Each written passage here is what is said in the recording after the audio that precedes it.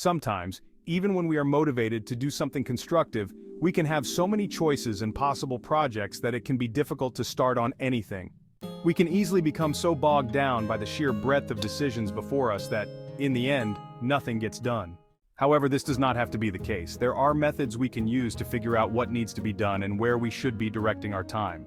For instance, when I'm stuck in indecision on what to do first, I like to sort my options into groups according to what is most pressing and what is most significant. What has to happen right now, what can be done later, and what is the biggest problem? To give an example, a bill that's due this week should be paid as quickly as possible, while one due several months in the future isn't nearly as problematic. But even then, a bill for a streaming service doesn't carry the weight of a property tax bill. If that second bill will be difficult for me to pay, then that is where the bulk of my energy and effort should go.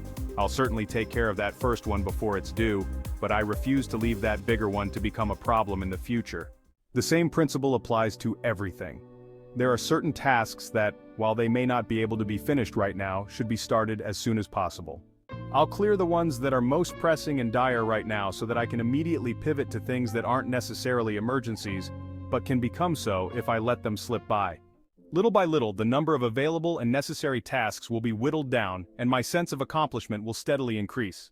This method can be difficult as we can sometimes feel like everything is due in 5 minutes, but with practice, and putting due dates down on our to-do lists, we can eventually become masters of our time and our success.